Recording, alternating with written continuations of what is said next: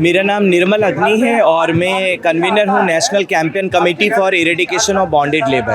जंतर मंतर खड़े हैं, क्या डिमांड करेंगे? देखिए, आज जंतर मंतर आए हैं उन तमाम मजदूरों के हक के लिए जो कि शहर में रहते हैं।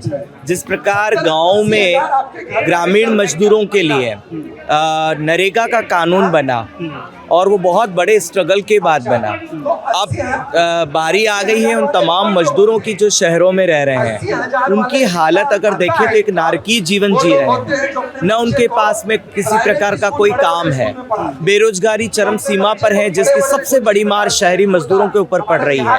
क्योंकि गाँव में तो फिर भी नरेगा का कानून है, जहाँ कोविड-19 के दौरान लाखों करोड़ों मजदूरों को एक नई जिंदगी नरेगा ने दी, पर शहर के मजदूरों की हालत ऐसी खस्ता हुई कि उनको गांव की तरफ पलायन करना पड़ा। और आज हम मांग कर रहे हैं कि शहर के अंदर ग्रामीण नरेगा की तर्ज पर शहरी नरेगा का कानून बने और उन मजदूरों को जो है काम मुहैया करवाया जाए। दूसरा मांग आ रहा है ईएसआई का, कि किस प्रकार से देश भर में जो मजदूर काम कर रहे हैं असंगठित क्षेत्र में, जिनकी तकरीबन संख्या मोटी मोटी 50 करोड़ से ज़्यादा है, उनके लिए ईएसआईसी की सुविधाएं कहाँ पर है, उनके लिए स्वास्थ्य की सुविधाएं कहाँ पर है। सरकार कहने के लिए आरोग्य कहती है कि हम लोग मजदूरों के स्वास्थ्य के लिए एक आयुष्मान कार्ड लेके आ रहे हैं, पर वो आयुष्मान कार्ड तो भारत में चल नहीं रहा है। न किसी को कार्ड मिला है और जिनको मिला है उनके कार्ड कहीं चल ही नहीं रहे, उनको सुविधाएं नहीं मिल रही। तो क्यों नहीं ईएसआई की जो सुविधा है वो 50 करोड़ मजदूरों को मिल सकती है। केवल इच्छा शक्ति की जरूरत है। सरकार अपनी मन शक्ति इच्छा शक्ति बनाए। बजट की भी कमी नहीं है। हमारे जो ईएसआईसी में इतना फंड है कि उन तमाम मजदूरों की स्वास्थ्य की सुरक्षा की जा सकती है। क्योंकि एक मजदूर, दिहाड़ी मजदूर, हाड़ तोड़ मेहनत करने के बाद एक महीने में जब उसको कुछ काम मिलता है, नहीं भी मिलता है, तो उसकी मजदूरी कितनी होती है? मोटा मोटा से 5 से 8 हज़ार रुपये कमा पाता है महीने का। और उसके बाद अचानक अगर बीमार होता है, दुर्घटना होती है, तो ईएसआईसी की सुविधा न होने की वजह से पूरे साल का जो इनकम है वो उसको हॉस्पिटलों में भरना पड़ता है, नहीं तो मौत का मुंह देखना पड़ता है। ऐसी स्थिति में इन तमाम मजदूरों के स्वास्थ्य की सुरक्षा के लिए ईएसआईसी एक महत्वपूर्ण पहलू है, जिसको सरकार चाहे तो तत्काल कर सकती है। अब बात हो रही है कि जो ग्रामीण क्षेत्र में रोजगार गारंटी का काम चल रहा है, उन मजदूरों का जो बजट आ रहा है, सालाना इस बजट में कमी होती जा रही है। क्यों? क्योंकि जो वर्तमान की सरकार है उसकी इच्छा शक्ति ही नहीं है कि वो रोजगार गारंटी के ग्रामीण वाले कानून को चलाए। हम तो शहर की मांग कर रहे हैं। धीरे धीरे बजट को पतला, कमजोर और कम किया जा रहा है और वो चाहती है कि ये खत्म हो जाए, परंतु हम तो दुगुना मांग कर रहे हैं। हम कह रहे हैं कि नरेगा जो है वो एक बहुत बड़ी हौफ और उम्मीद है। इन तमाम मजदूरों के काम के अधिकार के लिए नरेगा जैसे कानून की शहर में ज़रूरत है। इन तमाम मजदूरों के मुद्दों को लेकर आज यहाँ आए। नरेगा की बात कर रहे हैं क्योंकि नरेगा को लेकर भी बहुत सी ऐसे प्रोटेस्ट हो रहे हैं कि नरेगा से जो काम है वो सही तरीके से पूरे दिन नहीं मिल रहा है। क्या उसके बाद ये समस्या का हल हो जाएगा जो शहरी नरेगा काम? देखिए, नरेगा ग्रामीण मजदूरों के लिए जो कानून बना है और उसमें बहुत सारे मुद्दे आ रहे हैं कि कहीं ऐसा हो रहा है कि मजदूरों को काम नहीं मिल रहा है, कहीं हो रहा है कि उनको काम का पूरा दाम नहीं मिल रहा है, कहीं मसरोल का मुद्दा है। तो अलग अलग मुद्दे हैं। कहीं उनके वेजेस, उनके भुगतान नहीं हो रहे हैं। ये मुद्दे हैं। अगर कोई भी काम शुरू करेंगे और इस प्रकार के मुद्दे आते हैं तो उसको किस प्रकार से जो कहते हैं कि इस प्रकार के जो ग्रीवेंसेस आ रहे हैं उसको डील करने के लिए सरकार के पास में इसकी प्रॉपर योजनाएं होनी चाहिए। पर शहरी क्षेत्र में तो कुछ भी नहीं है ना। शहरी क्षेत्र में एक मजदूर कहाँ जाएगा अगर काम नहीं है? आप एक रेक पिकर्स को ले लें, सेक्स वर्कर को ले लें, आप बूट पॉलिश वर्कर को ले लें, डोमेस्टिक वर्कर को ले लें, इनके पास में तो पूरे महीने और साल काम नहीं होता है। ये लोग कैसे काम करेंगे? ये लोग कहाँ जाएंगे? इसलिए सरकार की हम लोग आज यहाँ पर मांग कर रहे हैं, गुजारिश कर रहे हैं, सरकार तत्काल जो है शहरी क्षेत्र में नरेगा का कानून लागू करें। और इसके बाद में जो आप बता रहे हैं कि इस प्रकार की समस्याएं आएगी, इस प्रकार की समस्या आती है तो उसके लिए सरकार एक मैकेनिज्म डेवलप करके इसका समाधान कर सकती है। आज कहाँ से मजदूर आए? कई अलग अलग राज्यों से, बिहार, राजस्थान, उत्तर प्रदेश, मध्य प्रदेश, कर्नाटका, हरियाणा, दिल्ली, अलग अलग राज्यों से यहाँ पर मजदूर पहुँचे हैं। हैदराबाद, आंध्र प्रदेश, तेलंगाना के मजदूर इधर पहुँचे हैं और वो मांग कर रहे हैं कि अब हम शहर के अंदर जो मजदूर हैं, जिसको शहर निर्माता कहा जा रहा है, कि शहर के अंदर हमारा हक कहाँ पर है। शहर के अंदर न हमें कहीं मुट्ठी भर अनाज मिल रहा, शहर के अंदर न हमें घर मिल रहा, शहर के अंदर हम कहाँ पर हैं। तो आखिर जो शहर के अंदर काम हो रहा है, उस काम में हम कहाँ पर खड़े हैं, कितनी प्रतिशत काम जो है हम मजदूरों को मिल पा रहा है। बेरोजगारी के बारे में जैसे हम बता रहे थे कि बेरोजगारी की वजह से, लोगों को काम न मिलने की वजह से कितने लोगों ने आत्महत्याएं की है। अभी हम मोटा मोटा देखें तो 2021 में जो NCRB का डेटा आया, 1,64,000 के लगभग आत्महत्याएं हुई हैं। उनमें से आपके 42,000 तो दिहाड़ी मजदूर हैं, उनकी आत्महत्याएं हुई हैं। उसके पीछे दर्द क्या है? अरे काम नहीं मिला, काम का दाम नहीं मिला, अरे कर्ज बढ़ गया और काम नहीं था, इसलिए तो उन लोगों ने जो आत्महत्याएं कर ली है। अब इसका निचोड़, इसका जो तोड़ है, सरकार ये शहरी नरेगा कानून लागू करके दे सकती है कि किस प्रकार से दिहाड़ी मजदूरों की जिंदगियों को सुरक्षित किया जा सकता है। दूसरा, अगर हम बात करें कि 2017 से 20 के बीच में लगभग 400 से ज्यादा सीवरेज वर्कर मर गए हैं। जो मजदूर जोखिम भरे काम कर रहे हैं, जहाँ उनकी जिंदगी को खतरा है, आखिर क्यों नहीं इस प्रकार के कानून बनाकर उनको इतने अच्छे काम दिया जाए, एक सम्मानजनक काम हो और सम्मानजनक काम का दाम मिले, ताकि उनको जो है उस प्रकार के काम को न करके और इस प्रकार के नरेगा द्वारा जो शहरों में काम चलाए जा रहे हैं उनको किया जाए। यही मांग लेकर आज तमाम मजदूर कई जन संगठन, यूनियन के साथ ही यहाँ पर पहुंचे हैं और पूरी ताकत के साथ कि आज हम सरकार को केवल आज आह्वान कर रहे हैं, चेतावनी दे रहे हैं, परंतु उसके बाद अगर सरकार नहीं सुनती है तो ये बड़े स्तर पर इसका जो है विरोध प्रदर्शन होगा। अलग अलग राज्यों में इसके विरोध प्रदर्शन की तैयारियां होगी, सरकार इसके लिए तैयार रहे। नमस्कार, मेरा नाम लिसी है। हम working peoples collectives charter of demands है हमारा, वर्किंग पीपल WPC, उसमें से मैं तेलंगाना से हूँ। हमारा राष्ट्र स्थाई का एक ऑर्गेनाइजेशन है, ये पूरा असंगठित अनऑर्गेनाइज सेक्टर ऑफ वर्कर्स उसमें है।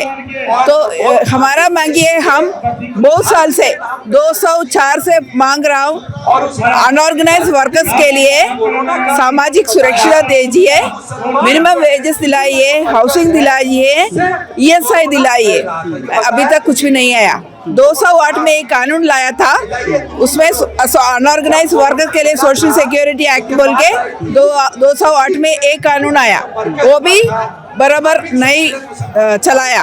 और अभी गवर्नमेंट ने 41 लेबर लॉस को 4 लेबर कोड बना दिया, उसमें भी अनऑर्गेनाइज वर्कर के लिए कुछ भी नहीं है।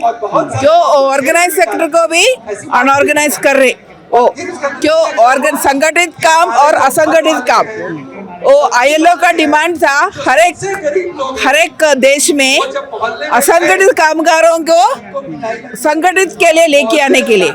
कहीं इधर अलग हुआ, वो बोल रहे हैं हम सबको ऑर्गेनाइज कर रहे, एक्चुअल में वो ऑर्गेनाइज नहीं हो रहे। क्यों? अभी देखो, घर तो एक फैक्ट्री नहीं है, हम बाहर है, डोमेस्टिक वर्कर्स बैठा है और रिक्शा पुलर बाहर है, जैसा कौन कचरा उठाता है उसका वो है, और पहाड़ में काम करने वाला है, अलग अलग एरिया में काम करने वाला, उनके लिए क्या कानून है? कुछ भी कानून नहीं है।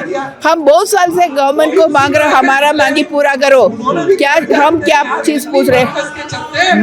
नंबर 1, हर एक असंगठित कामगारों के लिए ESI दिलाइए, वो हमारा पहले डिमांड है। अभी क्यों हम तो समग्र पूरा कानून भी हम पूछ रहे, डोमेस्टिक वर्कर के लिए कुछ भी कानून नहीं है, इसलिए हम बोला एक नया कानून लेके आओ। हम कानून भी तैयार करके गवर्नमेंट को दिया, फिर भी उसको वो माना नहीं। ILO कन्वेंशन 189 है, गवर्नमेंट ने सपोर्ट किया, अभी तक उसको पास नहीं करे हमारा देश में। जैसा हर एक अलग अलग कामगारों के लिए भी कुछ भी नहीं है। क्यों बोल रहे सबको ऑर्गेनाइज हो रहे, ये दे रहे, वो दे रहे, एक्चुअल क्या आ रहे? कुछ भी नहीं आ रहे। घर के लिए कितना पैसा हमारे अभी गवर्नमेंट का रिस्पॉन्सिबिलिटी है, वो बोले हम सबको घर दिलाएंगे। घर किसको दिया? बहुत कम लोगों को। हमारा तेलंगाना में 2 डबल बेडरूम घर का प्रोग्राम है, वो भी बहुत कम लोगों को आया।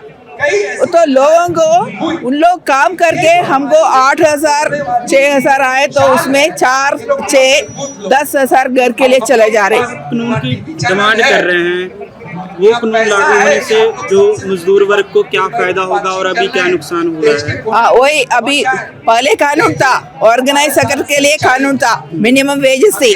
फैक्ट्री में जाके, घर में जाके, किधर शॉप में जाके वो लेबर ऑफिस इंस्पेक्शन कर सकती थी, वो अभी भी वो भी बंद हो गया। क्यों बोल रहे? एक ग्रुप रहेगा, उसको नोटिस देंगे, ये करेंगे, कितना प्रोसीजर है, जब तक वो क्या कर सकते हैं, वो ऑर्डिनरी वर्कर के लिए क्या न्याय मिलेगा? नहीं मिलता है। तो उसका वजह से हमारा ये करना है, हमारे लिए पूरा असंगठित कामगारों के लिए 5वां कानून लेके आओ।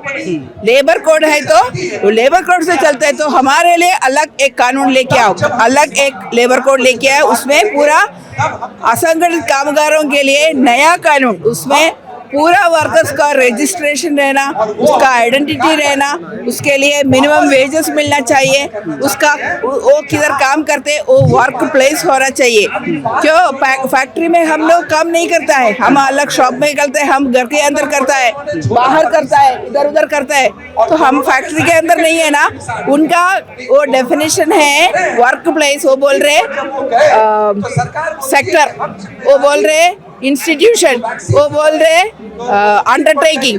घर तो अंडरटेकिंग नहीं है, रोड में कोई चपलर वो अंडरटेकिंग नहीं है, उसको कैसा उसमें शामिल हो जाता? नहीं होता।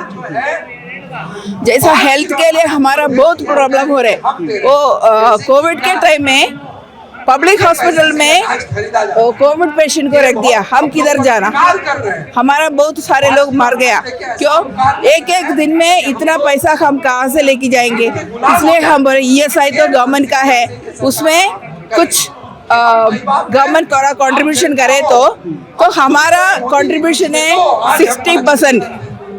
GDP में 60% असंगठित कामगारों का कंट्रीब्यूशन है, उसमें हमारे लिए 5 रुपया दे दो, 5% दे दो सबका हेल्थ के लिए। ESI कंट्रीब्यूशन भी गवर्नमेंट को कौन गरीब है उसके लिए दे सकते हैं, जैसा नहीं तो अलग अलग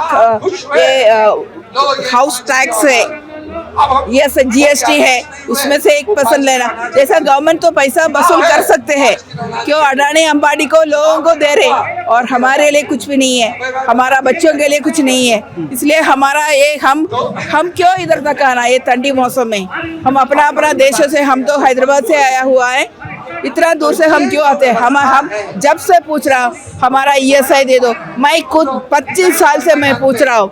हमने सेंट्रल गवर्नमेंट तक आया, ESI कमिश्नर को मिला, लेबर मिनिस्टर को मिला, हमने नेशनल तक इतना हमारा वर्कर हर एक राष्ट्रों से हमने पोस्ट कार्ड भिजा दिया, लेटर भिजा दिया, मेमोरेंडम 100 MPs को मिला। ये इश्यू को कभी भी पार्लियामेंट में रेस नहीं हो रहे। आप क्या कारण समझती है कि तो ध्यान नहीं दिया जा रहा है? जो इनका है, एक गरीब है, इसके ऊपर जुल्म चल रहे, तो वो उसका वोट तो खींच रहे बोले तो क्या बोलते, पैसा लेके उनको खरीद ले रहे। तो उन लोग पुअर है, उसको टाइम नहीं है। अगर ये जुलूस के लिए जाते तो काम कब करेंगे? वो वल्नरेबल है, वो गरीब है, वो महिला है, दूर रहता है, उसके पावर पढ़ाई नहीं है, इसलिए उनका जुल्म कर रहे। तो गवर्नमेंट तो उसके लिए, गवर्नमेंट किसके लिए चाहिए, किसको मदद होना चाहिए उसके लिए जाए। अडानी अंबानी जिएंगे बिना गवर्नमेंट से भी, हम लोग नहीं जी सकते। हम पैसा गवर्नमेंट को दे रहे, हमको देखभाल करो बोल के, वो नहीं हो रहे, इसलिए हम इधर आया।